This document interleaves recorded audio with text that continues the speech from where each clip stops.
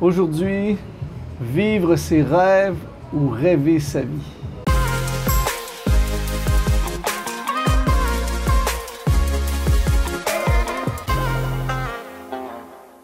Bienvenue sur exponentiel.net, ici Luc Dumont en direct de Libreville au Gabon. Aujourd'hui, j'aimerais vous parler de vivre ses rêves ou rêver sa vie. En fait, ce matin, je lisais dans ma chambre à l'hôtel, je lisais un texte sur la réalisation des rêves.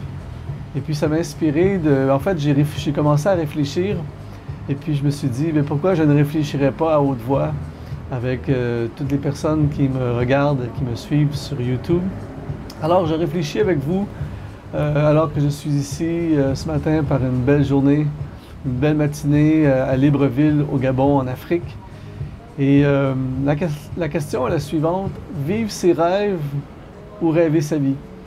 Il y a beaucoup de gens qui vivent leurs rêves, mais il y en a encore plus qui rêvent leur vie. C'est-à-dire qu'ils passent leur vie à souhaiter des choses, à espérer des choses, à envier des choses et à se dire un jour peut-être que je ferai, un jour peut-être que j'irai, un jour peut-être que je voyagerai dans le monde, un jour peut-être que je démarrerai mon entreprise.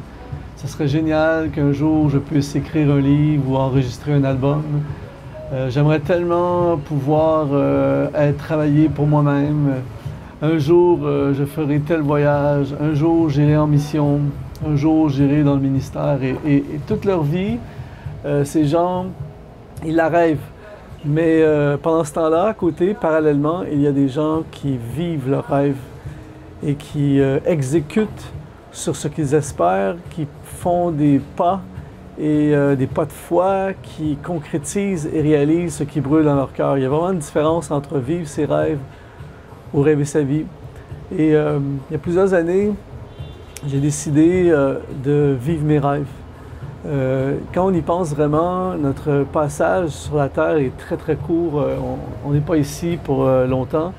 Les plus chanceux, si on peut dire, les plus résistants vont vivre quoi? Ils vont vivre 100 ans sur cette Terre. Et si on pense que de 0 à 15 ans, c'est juste la période où on s'établit dans la vie. Ensuite, souvent les 10 dernières années, entre 90 et 100, notre état de santé ne nous permet pas nécessairement de réaliser plein de choses. Donc, quelqu'un qui vit 100 ans, en réalité, on lui enlève déjà 25 ans, il lui reste environ 75 ans de vie. Et ça, c'est quelqu'un qui a vraiment la chance, le privilège de vivre jusqu'à 100 ans. Donc, on n'a pas une si grande fenêtre que ça sur cette terre pour réaliser nos rêves. Et quand on pense surtout que réaliser son rêve va prendre parfois plusieurs années de travail, de poursuite, d'efforts, d'échecs, de se relever et recommencer. Donc, on n'a pas 1 million de chances de tentatives de la poursuite, de la réalisation de nos rêves. Donc, il faut tout de suite décider si on va faire partie de ceux qui vivent leur rêve ou si on va faire partie de ceux qui vont rêver leur vie. Et les cafés sont remplis de rêveurs. Chez nous, on dit des gens qui rêvent en couleur, c'est-à-dire qu'ils ont ils peuvent passer des heures à parler des choses qu'un jour ils feront. Ils peuvent passer des heures à surfer l'Internet et à envier la vie de ceux qui le vivent, ou bien de juste regarder des images et des vidéos de personnes qui vivent leur rêve, mais ne vivront jamais leur rêve. Alors qu'à côté, il y a des gens qui le font. Et pour vivre son rêve, il suffit de prendre la décision de faire partie de ceux qui vont vivre leur rêve. Ça, c'est la première étape, de prendre la décision et de se dire, je ne serai pas un rêveur seulement, mais je vais vivre mes rêves. Et de se dire, je ne sais pas combien de temps il me reste sur cette terre, mais je vais le consacrer à réaliser les choses qui brûlent dans mon cœur. Je vais les consacrer à concrétiser, matérialiser les choses qui brûlent dans mon cœur. En ce moment, ce matin, quand je me suis levé, je suis sorti sur la terrasse en prenant mon petit café et j'ai réalisé que j'étais ici à Libreville, au Gabon, dans un très bel hôtel pour donner des conférences. Et je me disais, je me rappelais quand j'ai commencé, ce matin, je me disais, c'est quand même fou que je me retrouve ici. Et ceux qui me suivez, vous voyez, je suis à plusieurs endroits sur la planète. à donner des conférences, à enseigner, à faire de la musique, des concerts, des enseignements, des formations, des vidéos. C'est quand même fou. Mais je réalise que si j'ai la chance, le privilège, parce que c'est vraiment un privilège, je ne prends pas pour acquis ces choses, mais si j'ai la chance et le privilège de vivre ces choses, c'est que quand je regarde en arrière, il y a des décisions stratégiques, il y a des décisions de destinée que j'ai prises, où j'ai vraiment fait des pas, où je me suis lancé dans le vide, où j'ai fait des choses illogiques, j'ai pris des risques, j'ai sacrifié même pour que ça arrive.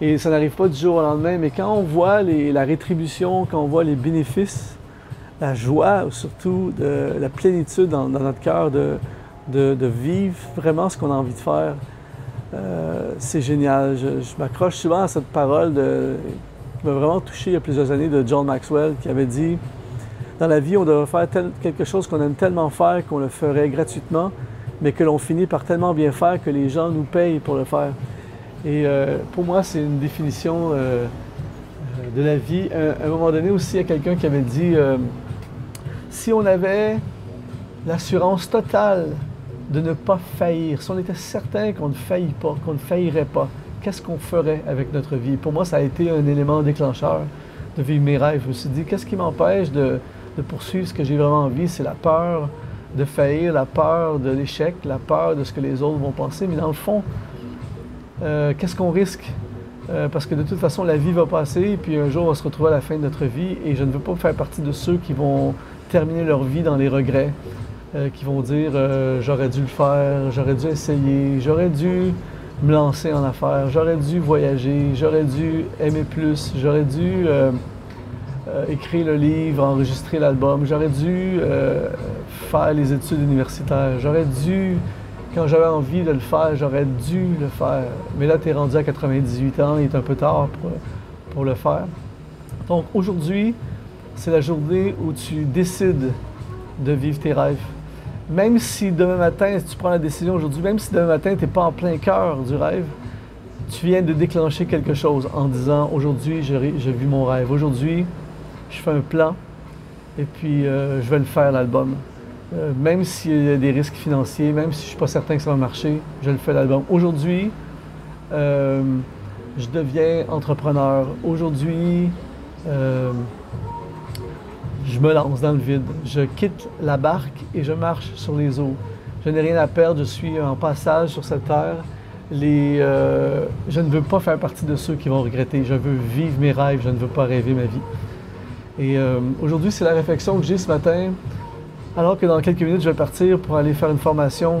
Justement, j'allais former des gens. Mon sujet, c'est l'avenir. Je vais aller parler de l'avenir. Et je vais donner quelques principes, 7 conseils pour amener mon avenir dans mon présent. Et je vais aller inspirer un groupe de personnes à se lancer et à vivre leur rêve. Vous savez, ici en Afrique, il y a des possibilités énormes. Un potentiel de fou, mais beaucoup de gens sont pris dans des paradigmes d'impossibilités, d'obstacles. Mais il y a un avenir. On peut vivre nos rêves, peu importe d'où on vient, qu'on soit africain, qu'on soit canadien, américain, brésilien, européen, peu importe.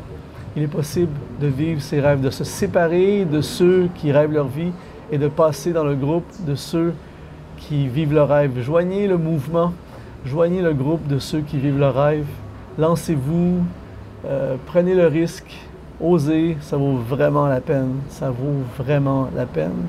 Et puis, quelqu'un a dit, c'est tellement beau cette phrase, il a dit « Vise la lune et même si tu manques, tu vas atterrir au milieu des étoiles. » Donc, vise le top, rêve grand, lance-toi pour le top.